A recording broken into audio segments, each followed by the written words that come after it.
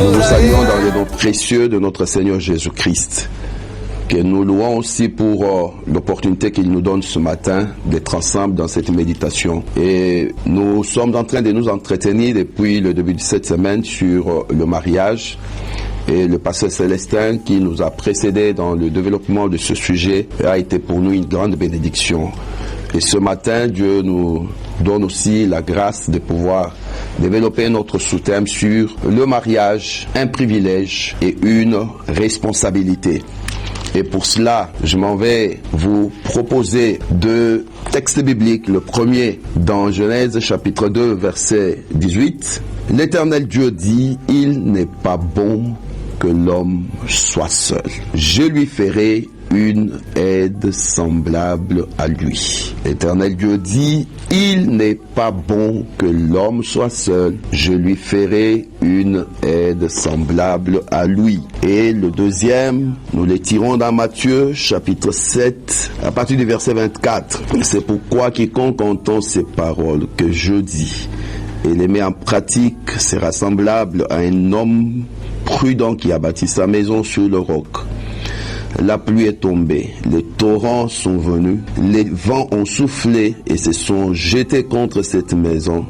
Elle n'est point tombée, parce qu'elle était fondée sur le roc.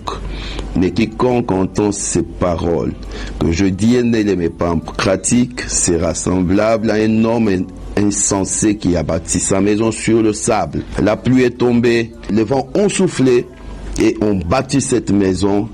Elle est tombée et sa ruine a été grande. Que le nom du Seigneur soit béni. Bien-aimés, nous voulons parler du mariage. Nous savons tous que le mariage, c'est une union pour toute la vie entre un seul homme et une seule femme. Cette union a été instituée par Dieu lui-même pour le jardin d'Éden. Et nous voyons à la lumière de la parole de Dieu que c'est une union qui est entourée de beaucoup de privilèges, accompagnée ou bien caractérisée par beaucoup de privilèges, mais en même temps, c'est aussi une institution qui a ses exigences. Il y a des responsabilités auxquelles chacun est appelé à se conformer. C'est pour cette raison-là, pour notre méditation pendant ces 2 jours, nous allons premièrement considérer les privilèges qui sont attachés au mariage. Et aujourd'hui, nous allons beaucoup plus nous focaliser sur cela. Et la journée de demain, nous pourrons maintenant évoquer l'aspect de toutes ces responsabilités, de règles, de tout ce que nous sommes appelés à faire pour bâtir ce foyer heureux. Et pour ce matin, nous voulons bien aimer considérer combien le mariage est un privilège. Oui, combien c'est merveilleux la parole de Dieu. Dieu déclare, il n'est pas bon que l'homme soit seul. Bien aimé, il faut beaucoup d'efforts pour un homme d'arriver à ne pas voir derrière cette déclaration les privilèges qui entourent le mariage. En écoutant le cœur de Dieu, au travers de cette déclaration, nous pouvons conclure et déduire directement qu'il y a beaucoup de privilèges qui entourent le mariage. Et j'ai beaucoup aimé aussi en considérant l'attitude de Jésus par rapport au mariage. Jean chapitre 2, verset 1 jusqu'au verset 11.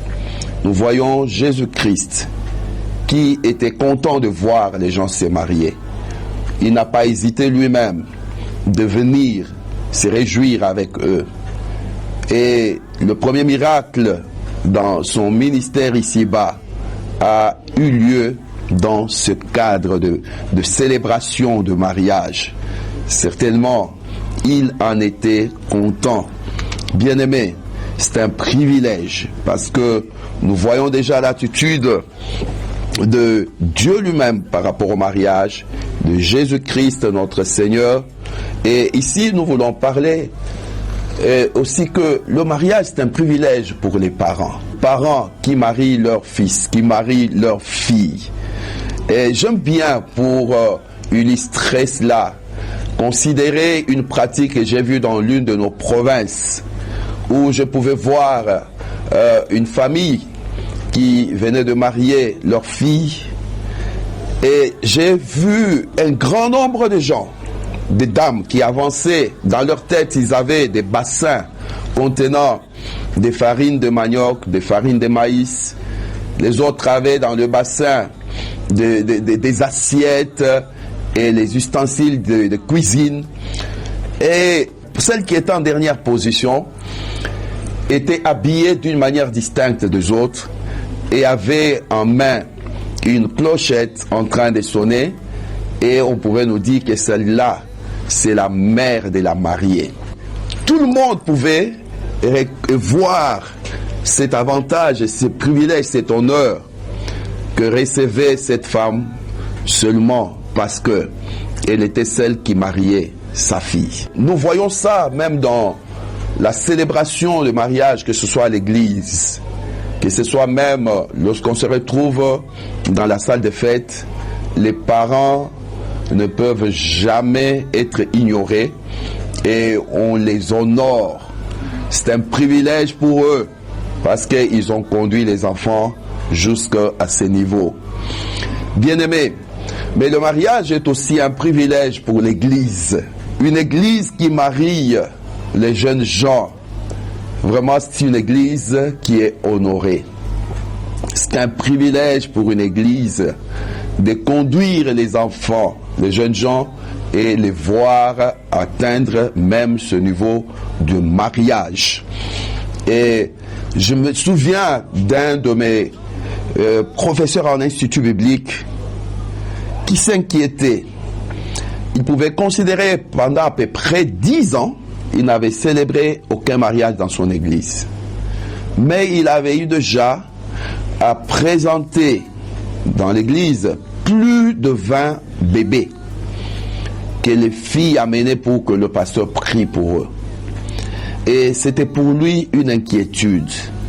Ça a été toujours un privilège pour l'église de voir ces jeunes gens qui sont encadrés, qui sont pris en charge spirituellement à l'église, se développer, aller jusqu'au niveau de se marier. Mais aussi, le mariage est un privilège pour cet homme, pour cette femme qui se marie. Un grand privilège. Dans quel sens?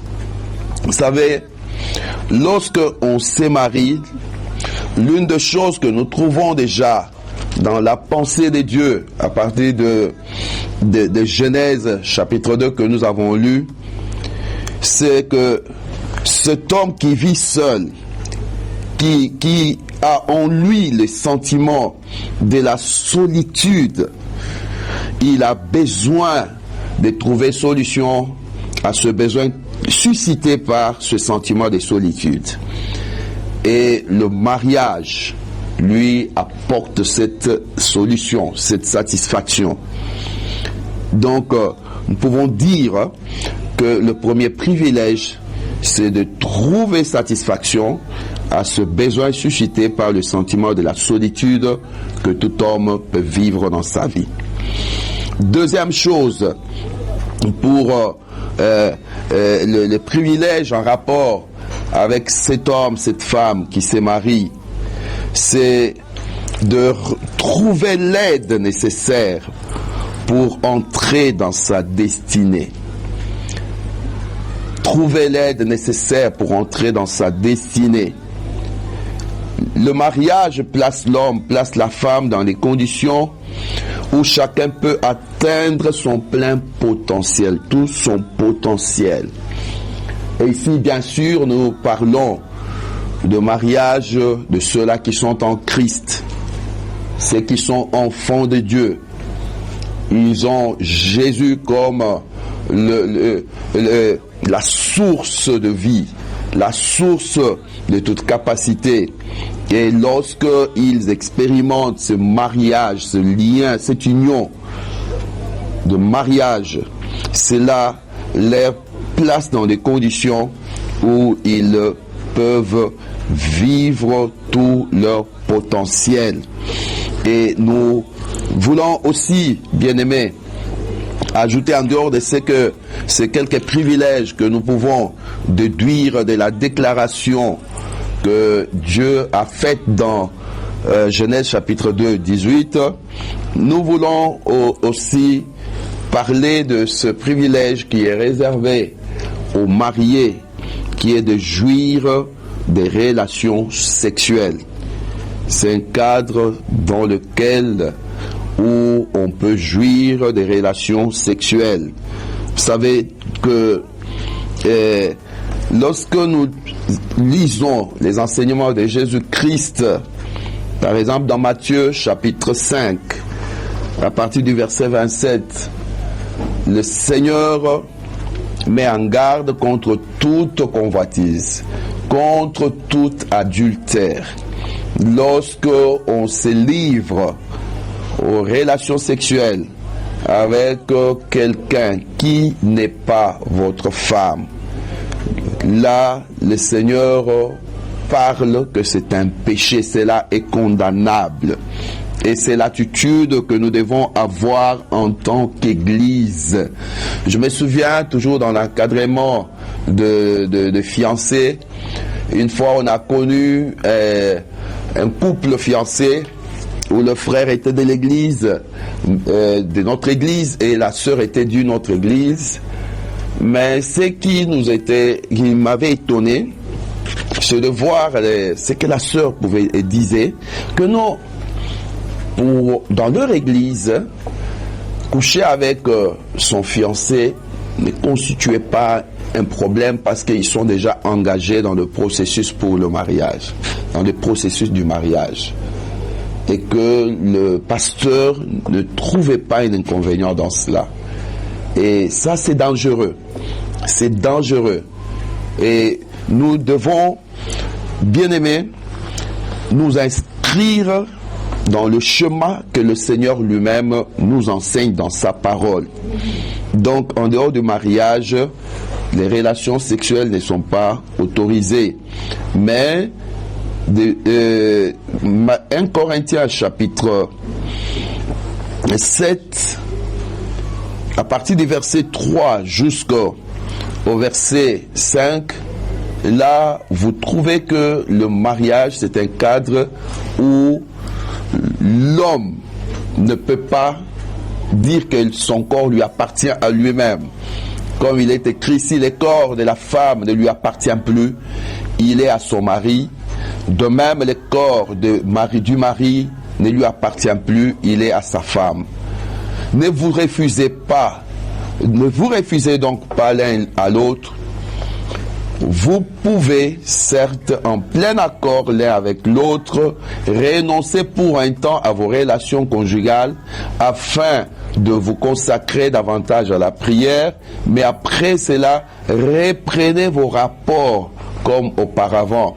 Il ne faut pas donner à Satan l'occasion de vous tenter par votre incapacité à dominer vos instincts. Ici, juste nous voulons faire voir que le mariage, c'est l'un des privilèges du mariage, c'est cette possibilité de jouir des relations, sexuelles. Et dans le livre de Cantique des Cantiques, là aussi, vous sentez cette déclaration: mon bien-aimé est à moi et je suis à lui. Mon bien-aimé n'est pas pour quelqu'un d'autre. Je ne peux en aucun cas aussi être pour quelqu'un d'autre. Et cela est à prendre très au sérieux. Savoir que ça, c'est un privilège qui est donné à ceux qui sont mariés. Vous vous appartenez l'un et l'autre. Et il est important pour vous et moi de nous conformer à la parole de Dieu. Alors que nous sommes en train de parler du privilège attaché au mariage, c'est bien aussi de poser la question, et avec parfois certaines incompréhensions, certains frottements que nous vivons dans le mariage. Parce que je me souviens une fois, j'étais dans un taxibus et il y a un cortège de mariés qui passait. Un papa qui était dans le taxibus va dire, il se réjouit, il ne sait pas qu'il est entré dans l'enfer. Donc il parlait de cet homme qui venait de se marier. Pour ce papa, entrer dans le mariage, c'est entrer dans l'enfer. Mais bien aimé, ça c'est ce que lui pouvait déclarer selon son expérience. Vous et moi, nous sommes de ceux-là qui nous focalisons sur ce que Dieu a dit. Dieu n'a pas dit que le mariage sera l'enfer. Dieu n'a pas dit que le mariage sera un coin de souffrance. Mais Dieu a dit, il n'est pas bon que l'homme soit seul. Je lui ferai une aide semblable à lui. C'est par rapport à ta destinée. C'est par rapport à la mission que vous avez reçue. Bien-aimés, nous devons savoir, c'est vrai, les frottements, les incompréhensions, c'est par rapport à notre nature humaine. La femme, l'homme avec lequel vous êtes dans le mariage, il n'est pas un ange. C'est un homme qui a ses qualités et aussi ses défauts. Mais cela ne vient pas annuler ce que Dieu a voulu, ce que Dieu a déclaré dans sa parole. Pour cette raison-là, que demain, tous ensemble, nous allons méditer et voir dans quelle mesure nous pouvons bâtir un mariage heureux. Quelles peuvent être nos responsabilités pour pouvoir bâtir un mariage heureux. Et que vous soyez pasteur, que vous soyez parent, que vous soyez ce frère, cet homme, cette femme qui est dans le mariage, ne regardez pas à ce que le monde dit au sujet du mariage, parce que le monde ne peut que déclarer ce qui est négatif, ce qui n'enchante pas. Mais vous et moi, ayons le regard, adoptons la position de Dieu par rapport au mariage. Le mariage est un privilège. Et ça sera un privilège dans la mesure où vous-même, vous choisissez de vous positionner par rapport à ce que Dieu a dit. Et nous croyons bien que le Seigneur qui a permis que nous puissions partager cette méditation, il est celui qui vous appelle pour ce matin à abandonner toute attitude, toute approche, toute définition, tout argument qui s'oppose à ce que Dieu a dit. Le mariage est pour vous et le mariage est pour moi un privilège. Jeune homme, ne fouillez pas le mariage. Ne refusez pas le mariage parce qu'il y a eu un parent ou bien il y a eu un grand frère qui a connu une mauvaise expérience dans le mariage. Attachez-vous à ce que Dieu a dit et engagez-vous dans le mariage. Vous en serez bénis. Au niveau de l'Église, encourageons la jeunesse, encadrons la jeunesse, de manière à ce que ce jour-là, chacun vive le bonheur dans son mariage. Que Dieu vous bénisse. Merci. Shalom bien-aimés de la TMG, nous voulons bénir le Seigneur pour l'opportunité qu'il nous donne ce matin de poursuivre notre méditation sur le sujet, le mariage, un privilège et une responsabilité. Et nous avons toujours nos deux passages de base qui nous ont conduits pour la première partie de notre méditation. Et ce sont les mêmes passages que nous allons utiliser pour la suite. Et Genèse chapitre 2 verset 18, l'Éternel Dieu dit, n'est pas bon que l'homme soit seul, je lui ferai une aide semblable à lui. Dans Matthieu chapitre 7, vous pourrez lire à la maison du verset 24 jusqu'au verset 28, mais ici je vais juste prendre le verset 24 et aussi je vais prendre le verset 26. C'est pourquoi quiconque entend ces paroles que je dis et les met en pratique est semblable à un homme sage qui a bâti sa maison sur le roc. Mais quiconque entend ces paroles que je dis et ne les met pas en pratique sera semblable à un homme insensé qui a bâti sa maison sur le sable. Bien-aimé, le mariage est entouré des privilèges pour les parents, pour l'Église, pour aussi l'homme et la femme qui se marient. Mais en même temps, le mariage constitue aussi une responsabilité. Il y a des exigences auxquelles nous devons nous soumettre si nous voulons bâtir un foyer solide. Tout le monde est content de vivre le privilège qu'assure le mariage, qu'accorde le mariage, mais nous devons savoir, avant de pouvoir cueillir, avant de bénéficier de tous ces privilèges, nous devons d'abord commencer par assumer des responsabilités qui sont en rapport avec cela. Et à travers de de ce passage de Matthieu chapitre 7 où vous trouvez le Seigneur donner les instructions claires par rapport à la construction, tout ce que nous sommes en train de bâtir. Déjà, il y a possibilité, en considérant ce que le Seigneur nous présente dans ce passage de Matthieu chapitre 7, de savoir quelle orientation, quelle est ma responsabilité, qu'est-ce que je dois faire pour assurer le succès, pour que mon mariage, ce foyer que je suis appelé à bâtir, soit couronné de succès et de réussite. Il est très important de voir comment le Seigneur nous montre le succès, le secret de la réussite, le secret du succès dans ce que nous allons faire. Ce n'est pas différent de ce que Dieu avait dit à Josué dans le livre de Josué chapitre 1, verset 8, que ce livre de la loi ne s'éloigne pas de ta bouche. Vous allez voir que Dieu lui a fait voir que c'est ça le secret de la réussite et le secret du succès.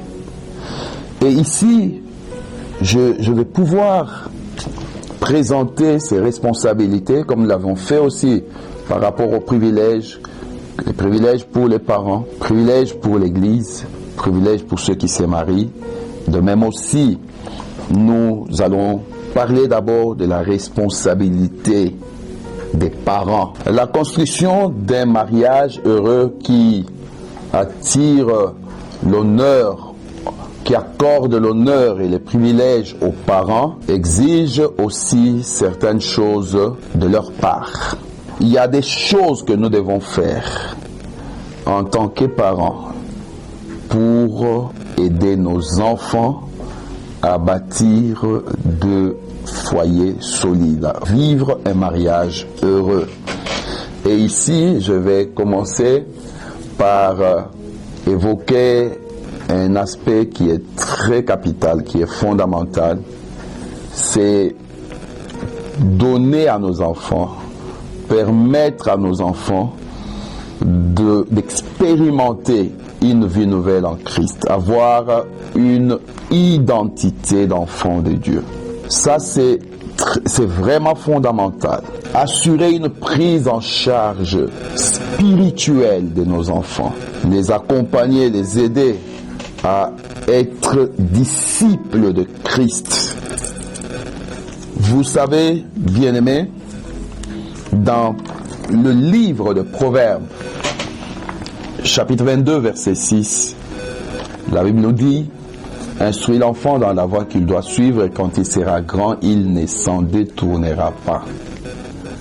Et aussi dans Proverbes chapitre 10, verset 1, on dit bien qu'un enfant sage fait la joie d'un père, un fils insensé le chagrin de sa mère.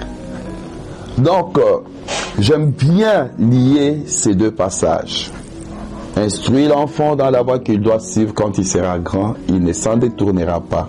Voulez-vous que l'enfant soit sage, ou bien vous voulez que l'enfant soit insensé? Parce que pour être sage, comme le passage de Matthieu chapitre 7 nous a enseigné, c'est en suivant la parole de Dieu. Chers parents, la première responsabilité que nous avons, c'est d'assurer, d'aider nos enfants à avoir cette identité d'enfant de Dieu. Et nous devons veiller, même lorsque l'enfant grandit et atteint l'âge où il veut s'engager dans les fiançailles, ayons un œil ouvert pour nous rassurer que la fille ou bien le garçon qu'il veut avoir dans les fiançailles est un enfant de Dieu. Ça, c'est la responsabilité que nous avons en tant que parents. Et vous savez, notre responsabilité n'est pas seulement par rapport à leur vie en tant que disciples, mais aussi sur le plan social. Les aider aussi à savoir comment on doit vivre avec les gens, comment ils doivent aimer le travail, apprendre déjà comment servir les autres. Cela est très important en tant que parents. Nous devons les aider aussi à apprendre, à être éduqués, à être instruits. Tout cela, c'est une bonne préparation pour qu'un jour, l'enfant soit un bon mari ou bien soit une bonne femme. On voit des fois des familles où le père a fui la maison. Il n'assume aucune responsabilité vis-à-vis des enfants. Une maman, vraiment, où vous sentez qu'elle est irresponsable par rapport à tout ce qu'on peut apporter comme équipement à l'enfant. Mais les jours du mariage, le parent a besoin des honneurs, il a besoin de ceci, cela. S'il vous plaît, en tant que parents, nous devons vraiment être à la hauteur de nos responsabilités, parce que nous savons tous que dans l'échelle de développement, dans le cas de leadership, lorsque on a les enfants, quoique ils peuvent être là encore petits, mais nous ne les regardons pas par rapport à ce qu'ils sont aujourd'hui, mais nous regardons où nous sommes en train de les amener. Et la finalité par rapport à tout encadrement, tout accompagnement, c'est que la personne un jour soit comme je suis, qu'il arrive à l'étape où je suis.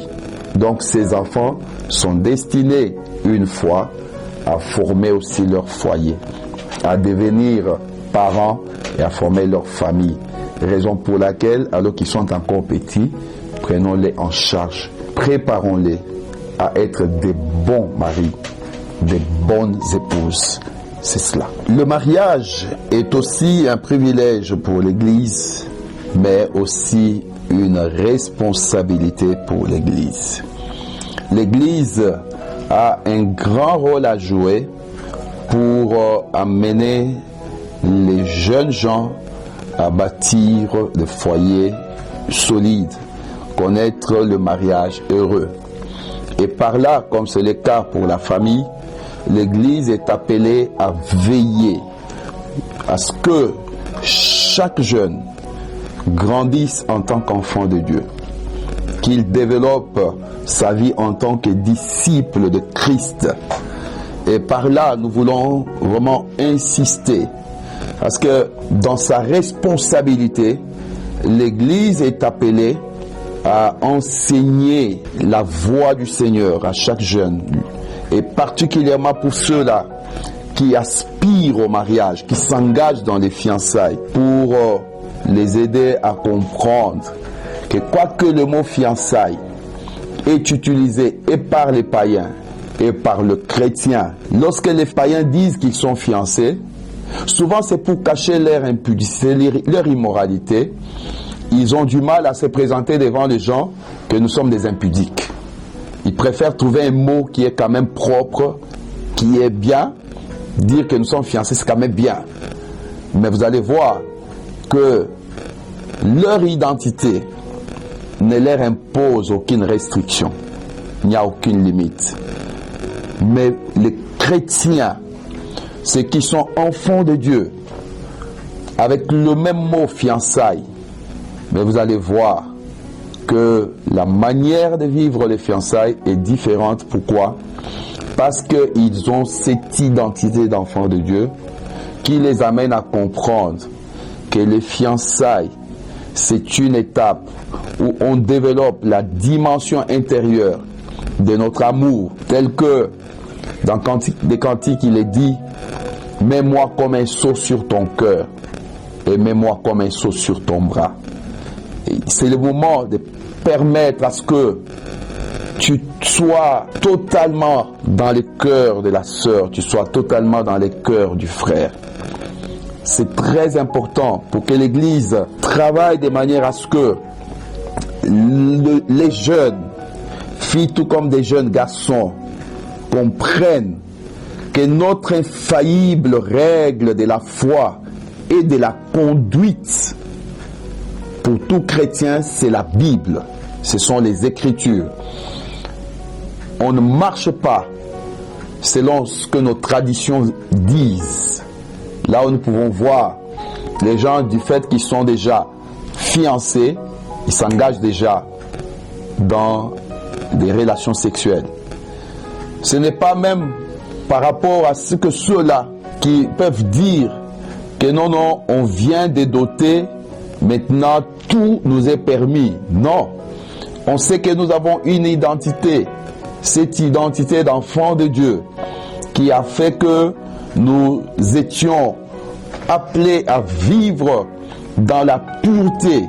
Ce n'est pas par rapport à la tradition, mais c'était par rapport à la parole de Dieu. Et nous aimerions aussi qu'avant de nous engager, bien de commencer à consommer notre mariage, que nous puissions nous présenter devant ces dieux, au travers bien sûr de ces serviteurs, qu'on puisse nous imposer les mains, qu'on prie pour nous, pour que notre vie conjugale commence et que nous puissions consommer le mariage normalement. Ça, c'est l'identité d'enfant que nous avons en Christ qui nous amène à cela. Et nous disons que l'Église a la responsabilité d'assurer un encadrement avec de programmes appropriés. Cela avant les fiançailles et pendant les fiançailles. Il est très important pour l'Église d'avoir des programmes appropriés qui permettent de mieux encadrer les jeunes avant le mariage et avant les fiançailles et pendant les fiançailles. Et l'Église doit aussi avoir des structures et des programmes adéquats pour accompagner les mariés après bien sûr le mariage ou bien pendant leur mariage. Et c'est très important pour que tous ensemble nous puissions vivre tous les privilèges et les honneurs qui sont liés au mariage. Et c'est de cette manière-là, bien-aimés, que nous nous encourageons qu'en tant qu'Église, que nous ayons un œil ouvert.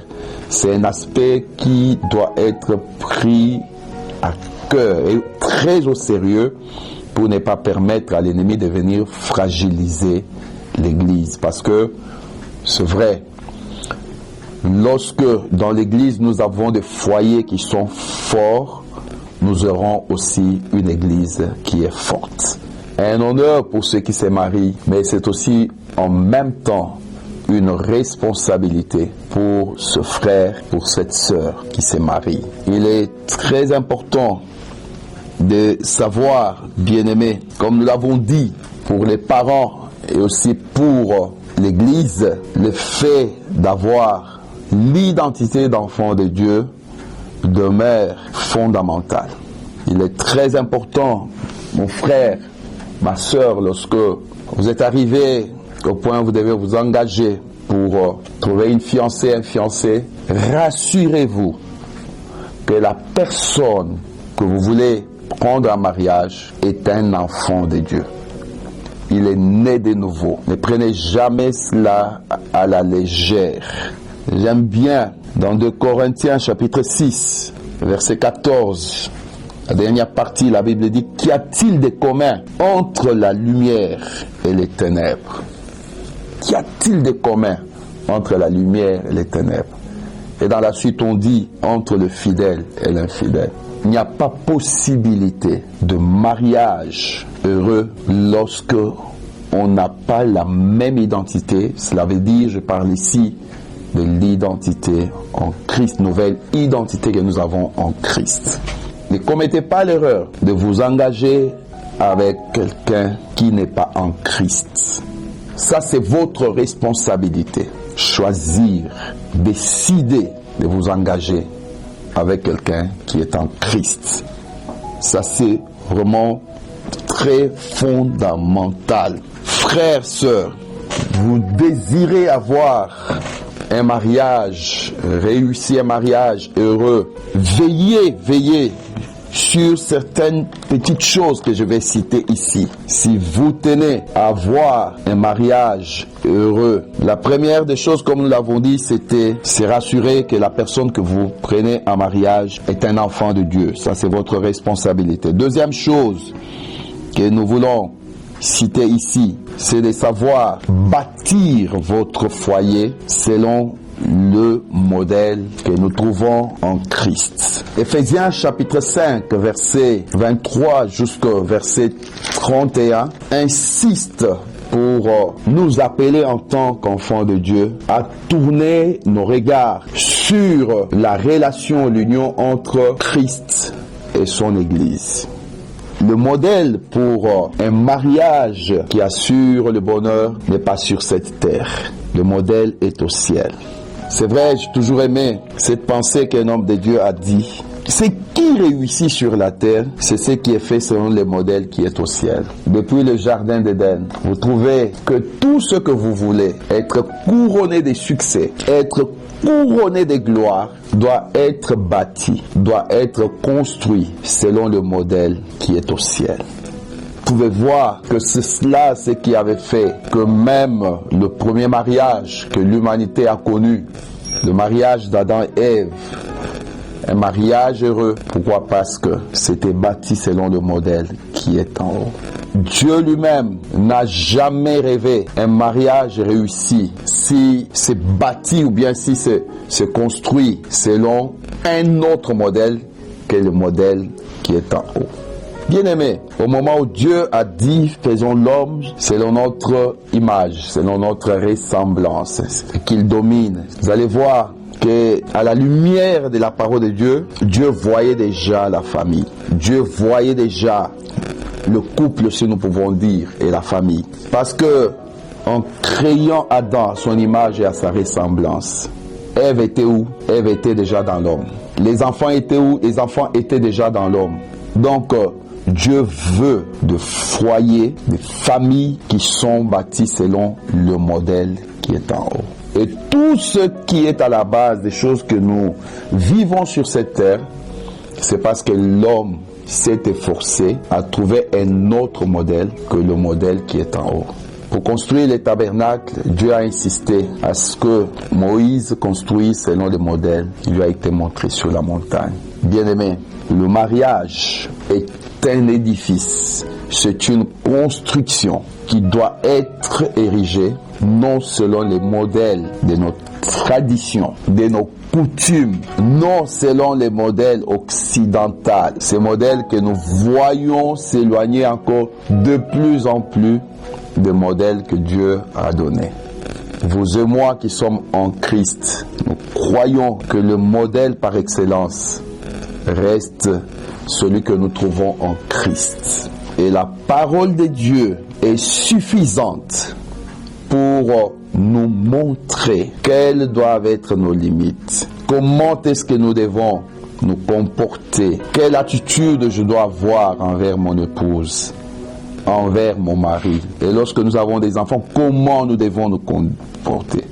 Et avec la parole de Dieu, cette parole qui est venue d'en haut, elle est suffisante pour nous servir de modèle dans tout ce que nous pouvons faire dans la construction de notre mariage et un mariage réussi. Bien-aimés, je voudrais vous dire aussi, à part la responsabilité que nous avons de veiller sur l'identité de la personne avec laquelle nous devons nous engager, à part la responsabilité que nous avons de bâtir selon le modèle qui est en haut, de bâtir selon le modèle que Jésus lui-même nous fournit, chacun de nous a aussi la responsabilité de faire régner son partenaire.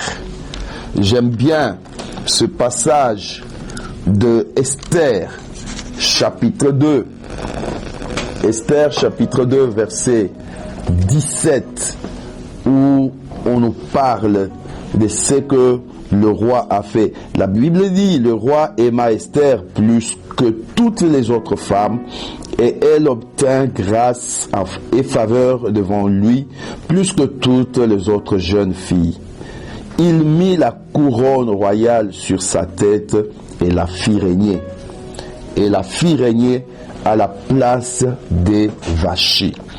Bien-aimés, lorsque vous voulez un mariage heureux, un mariage réussi, Vous avez la responsabilité de faire régner votre épouse. Faites régner votre épouse. Vous avez cette responsabilité. J'ai toujours regretté de voir un frère qui venait de célébrer son mariage avec son épouse. Un mariage où il y avait eu une très grande fête.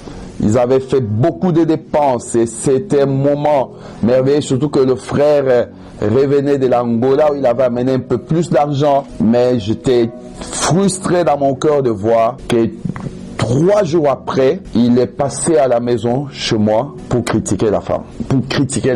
3 jours après. Et c'est pas normal.